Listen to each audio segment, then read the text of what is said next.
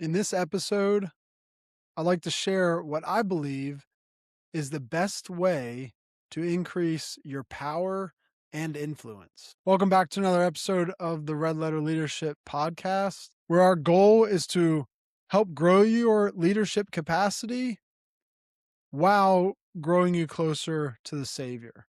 That's what this podcast is all about, and that's why we wrote the book Red Letter Leadership. In your roles as a leader, do you sometimes feel like you need to have all the right answers, all the best ideas, all the solutions to the problem? It's very easy to feel that way since it is the leader's responsibility to accomplish that mission. Whatever that is to you as a leader, whatever your mission is, whether in the context of family or at work or maybe volunteering in your community. Sometimes when we are in charge of something, we are the leader and we have a team that we are to employ. Sometimes we feel like the idea has to be ours. The solution to the problem has to be ours. But the reality is the burden to have all the answers, have the best ideas and the best solutions is not a burden that leaders should carry. Not only should leaders not carry that burden, but that idea, that mindset, maybe that perspective is one that can create a toxic environment and a toxic culture for your team to operate in. I'll give you a few ideas. Have you ever heard of the term founder's syndrome? So the founder of a nonprofit may experience the idea that, or maybe the perspective that he has the good ideas or she has the good ideas because they're the ones that founded the organization. They're the ones that originally casted the vision for what the organization should be about. So therefore, go to them for how to solve the problems. Go to them for the ideas. And founder syndrome is the idea that some founders out there think that they need to be involved in all of those decisions, all of those uh, chances to provide solutions to problems.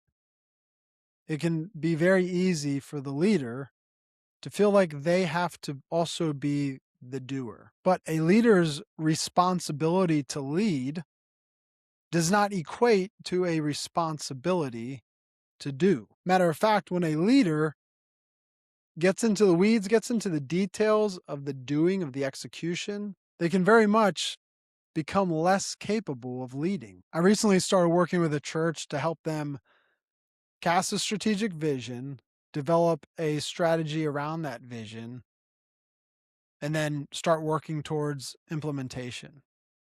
Well, as I sat down with the pastor to discuss this, he had mentioned to me that he knows it needs to be done, but he really just is busy, doesn't have the bandwidth to commit to what needs to be committed. And that's okay. He needs to be part of providing the direction, giving the vision, but he doesn't have to be part of all the planning. His direction can help guide the planning process, but he doesn't have to be the doer of the planning.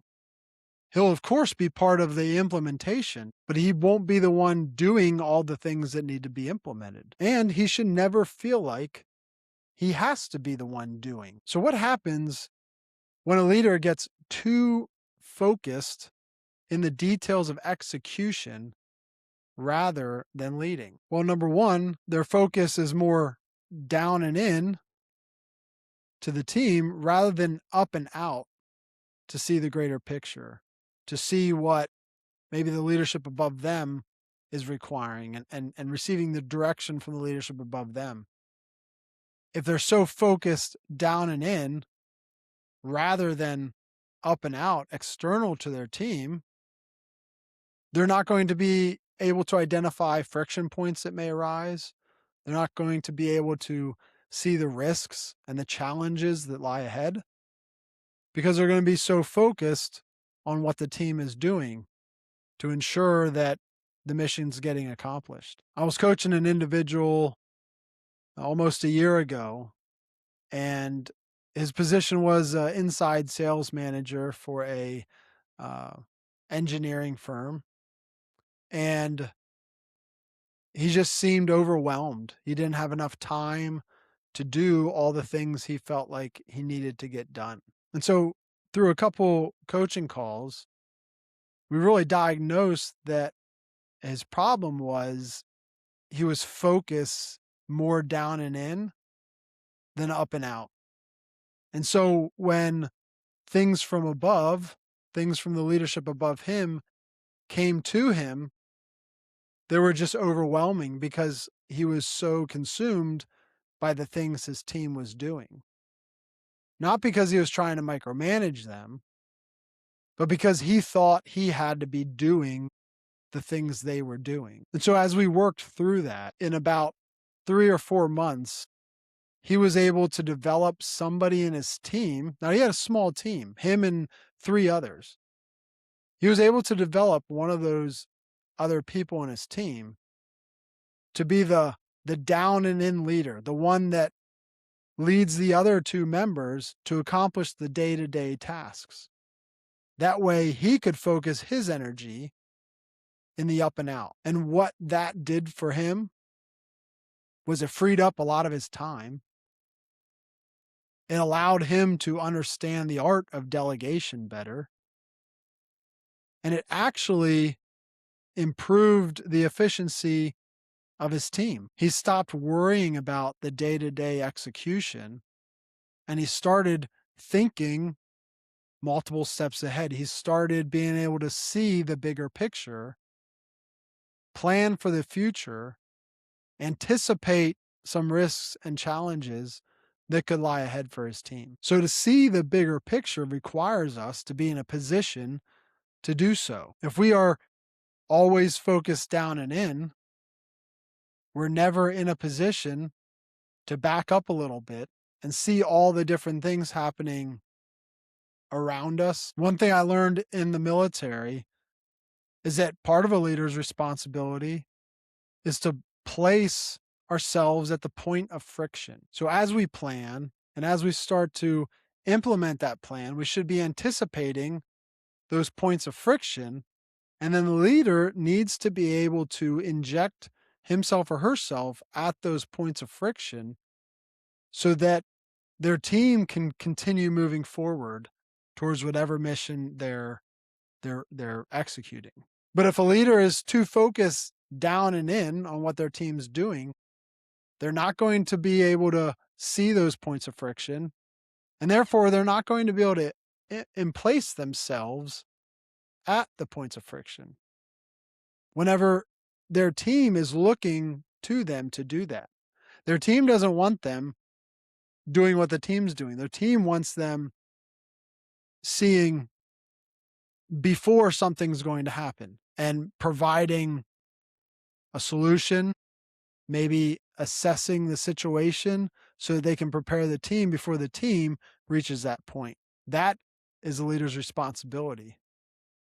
And they're not going to be able to carry out that responsibility if they're too focused down and in. As I said before, it's easy as leaders to feel like we need to be doing what the team is doing.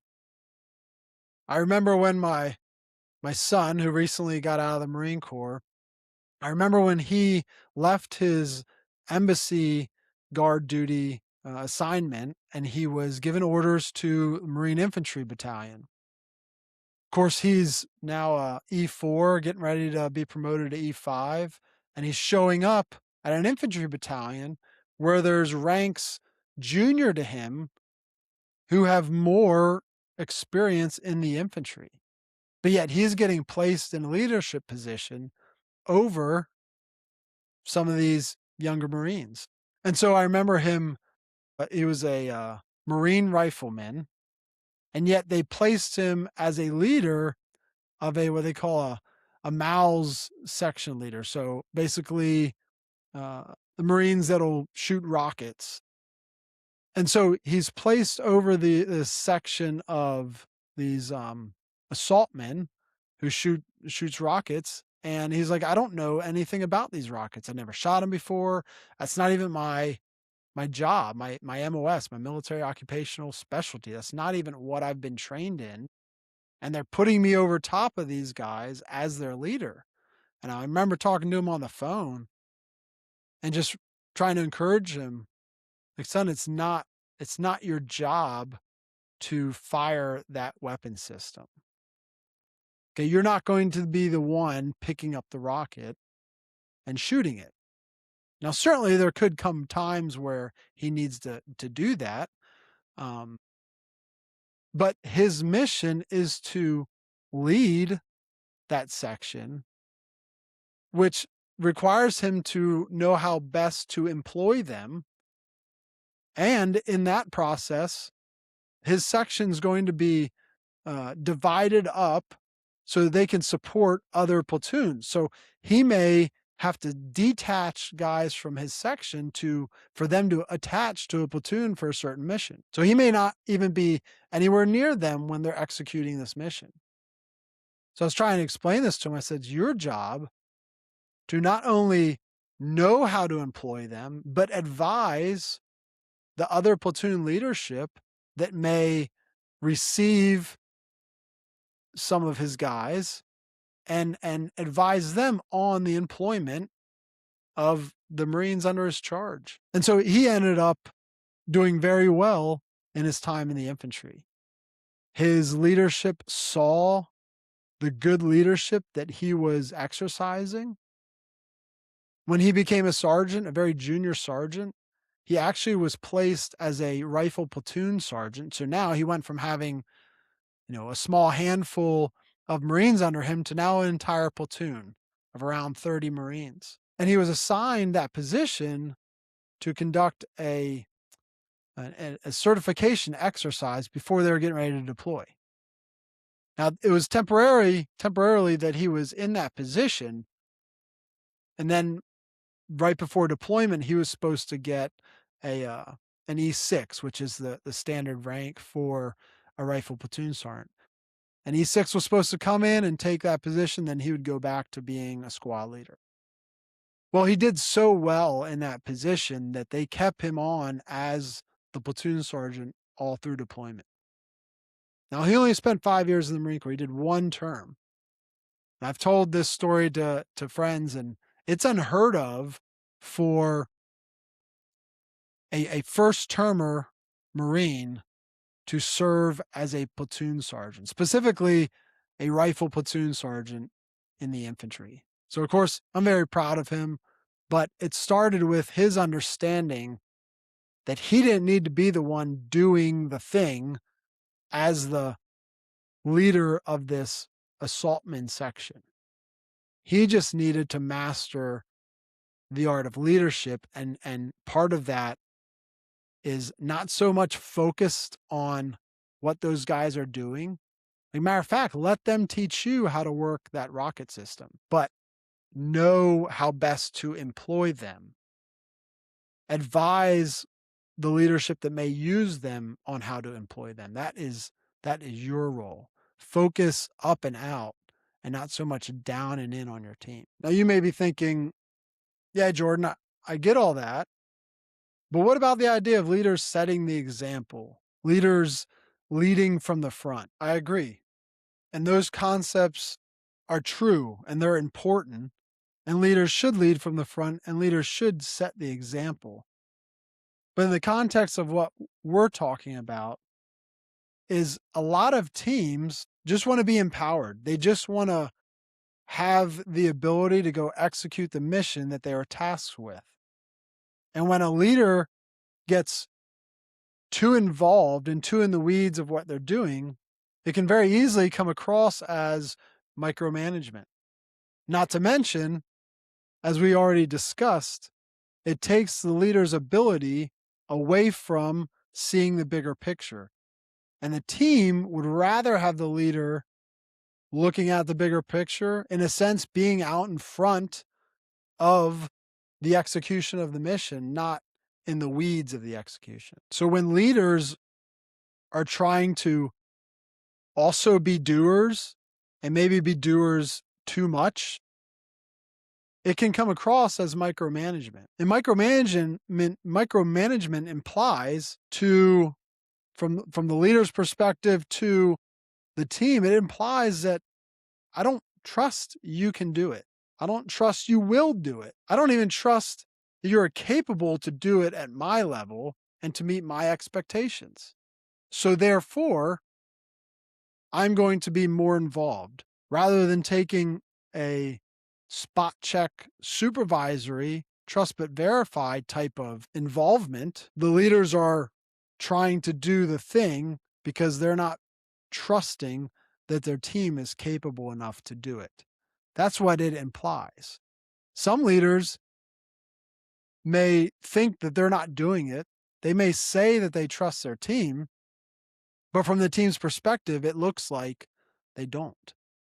It looks like micromanagement.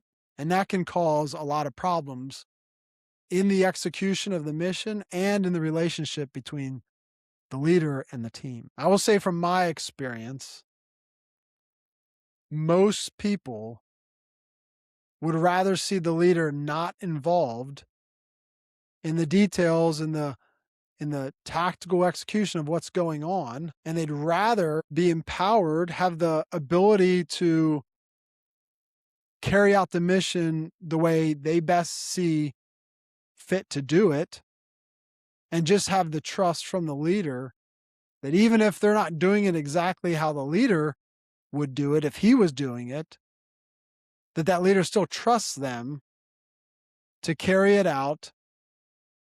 And most likely, working together, they'll carry out at a higher level than if the leader was telling them how to do each and every step. So what is the best way to increase your power and influence? I believe the best way is through humility. And I want to read a passage out of Matthew 15 about a Canaanite woman who showed incredible humility towards Jesus. Despite the reminder from Jesus and from his disciples that she is below them, that she is not worthy of them. So let me read out of Matthew 15, starting at verse 21. Leaving that place, Jesus withdrew to the region of Tyre and Sidon. A Canaanite woman from the vicinity came to him, crying out, "Lord, Son of David, have mercy on me. My daughter is suffering terribly from demon possession." Jesus did not answer a word. So his disciples came to him and urged him, "Send her away, for she keeps crying out after us." And so Jesus obliged his disciples. He answered, "I was sent only to the lost sheep of Israel." The woman came and knelt before him. "Lord, help me," she said. He replied, "It is not right to take the children's bread and toss it to their dogs." "Yes, Lord," she replied. "But even the dogs eat the crumbs that fall from their master's table." Then Jesus answered, "Woman, you have great faith. Your request is granted." And her daughter was healed from that very hour. This is a phenomenal picture of humility. This woman understood that she was an outcast to Jesus and his disciples, yet she persevered in humility. Jesus' disciples, interestingly enough, didn't urge Jesus to heal her, address her. And you wonder if Jesus was giving them an opportunity to have compassion for her like they've seen him have compassion for other people. Instead, they just urge Jesus, like, send this woman away. She keeps crying out to us. We don't want to be bothered by her. This is such an inconvenience. Now, as Jesus was answering her and explained to her that he didn't come for her, she could have complained and acted like she deserved him as much as anybody else did, and that she deserved for him to heal her daughter. She could have had that attitude, but she didn't. After the seemingly insult that Jesus gave her in verse 26, he said, "It is not right to take the children's bread and toss it to the dogs. She could have rebuked him, lashed out at him, because again, if she would have had I'm deserving of this, you need to deliver this for me. If she would have had that type of entitlement attitude, and then he said something like that, she probably could have easily rebuked him, gotten angry. And of course, if that would have happened, the story wouldn't have played out as it did. But instead, she showed great humility and persistence towards Jesus. And how did that unleash incredible power and influence? Well, first, her faith was recognized. It was recognized by Jesus. And certainly when Jesus recognized it, the text doesn't necessarily talk about how the disciples responded, but there was probably some light bulbs that went on in their head. So her faith was recognized and her daughter was healed. Because of her humble persistence, she released the power of God to heal her daughter. And beyond all that, her story reveals to the world that Jesus truly came for all, not wanting any to perish. And so, as leaders, what we can learn from this woman's actions, from her humble example, is that we're not going to have all the answers. We're not going to have all the good ideas, and we're not going to be able to provide all the best solutions. We must recognize through a very humble attitude that though as leaders we need to be responsible for giving guidance and direction, our humility should drive us to acknowledge that we are limited in our ability to do. And so that's why I mentioned at the beginning of the episode that it is truly a burden if we think that we need to be doing all the things our team is doing, that we need to provide all the answers and all the solutions. It's a burden because the fact is that it's not possible for us to do that. That's why we have a team. That's why you have a team. Empower them, show them your humble attitude to say, you know what? You don't need me for this. You know what needs to be done. So go execute. When I was a new second lieutenant showing up at my first unit out of officer training, where I was there for a couple months. We had done at the time company level field exercise, and I had the idea. I just wanted to see Marines do more training out in the field rather than just classes back at the barracks. They're going to get a lot more training value if they get out. They do live fire. They do, and so I remember talking with my platoon leadership. I said, "Hey, let's build a plan to, go out for a day, get some range work in, and then we'll come back." And I remember them kind of chuckling, like, yeah, it's typical lieutenant trying to be ambitious. Um, but we just don't go to the field unless it's as a whole company. There's 4 platoons in the company plus the headquarters. Like, you just don't do that. That's not how things are typically done in the infantry. But I said, like, why not? Why can't we? Like, well, we could start planning it, but chances are the company's going to want to piggyback on it and jump on it, and it's going to turn into a whole company thing. I get it, like efficiency of resources and making sure we're getting, the most bang for our buck, and I get all that. Um, but there's still a lot of value in focusing on driving that planning process, driving the ability to get, I'm responsible for my platoon, not the company. So I'm going to take action on what I'm responsible for. And so my platoon sergeant and one of my top squad leaders were very, very experienced, very savvy, and they're all about it. They just assumed that the company would kind of take over. So we started planning a live fire range, a day-long range, um, and it was for the purpose of fielding the new M27 infantry automatic rifle. So this was summer of 2012. This new rifle was being fielded to infantry rifle platoons, and we wanted to receive it and kind of train with it in a buddy pair fire team, just to see how we can employ it best. And so we were designing a day-long live fire range for this purpose. Well, we designed it and we were going to execute this range on August 17th that year. Well, about 2 weeks before that, I found out one of my old team leaders was killed in action in Afghanistan. And August 17th, he was scheduled to be buried in Arlington National Cemetery. And I was torn. Like, I so badly wanted to go to his funeral, but I also wanted to be there to execute this range that we had been planning. We put a lot of time and effort into it. I'm a second lieutenant. Like, I want to be there. I'm ambitious about it. But as my platoon leadership, encouraged me, they're like, "Sir, like, go to the funeral. We got this. We can go execute this." Like, they took my intent on what I wanted accomplished. They understood that intent. They were the ones building it out anyway. They had much more experience doing these type of things than I did. They were just following my intent for what we wanted to accomplish as a platoon. So they were the subject matter experts. And I remember just saying to them, as much as like I wanted to be there, I just remember saying, like, "You're right. I'm the officer. I don't need to be there.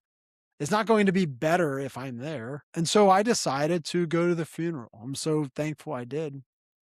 And the live fire range went very well, not surprisingly. So I share that story because for you as a leader, it's most important that you provide that direction, provide the intent, give specific tasks to be accomplished, but then empower your team for how they want to carry that out. And be encouraged to know that you don't have to have the burden of trying to do everything, of trying to have the right answer for them, of trying to solve every problem that may arise. Be like the Canaanite woman. Humble yourself to the fact that you're not going to have all the right answers.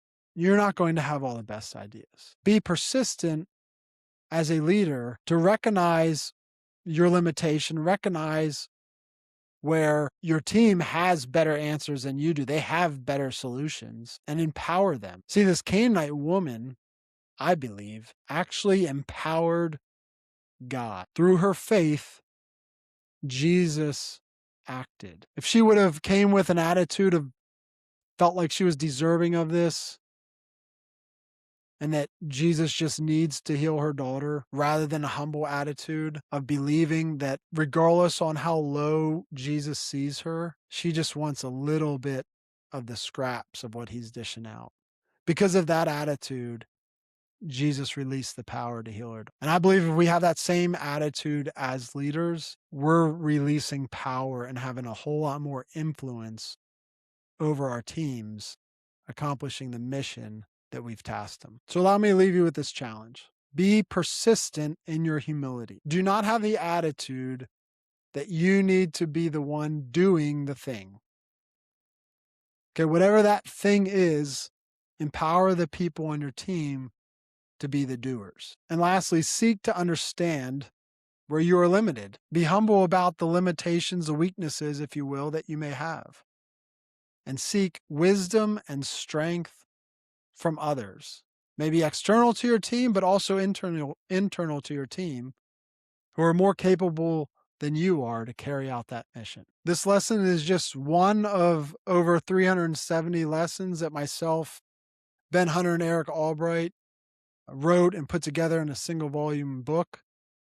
The link to checking that book out is in the description notes.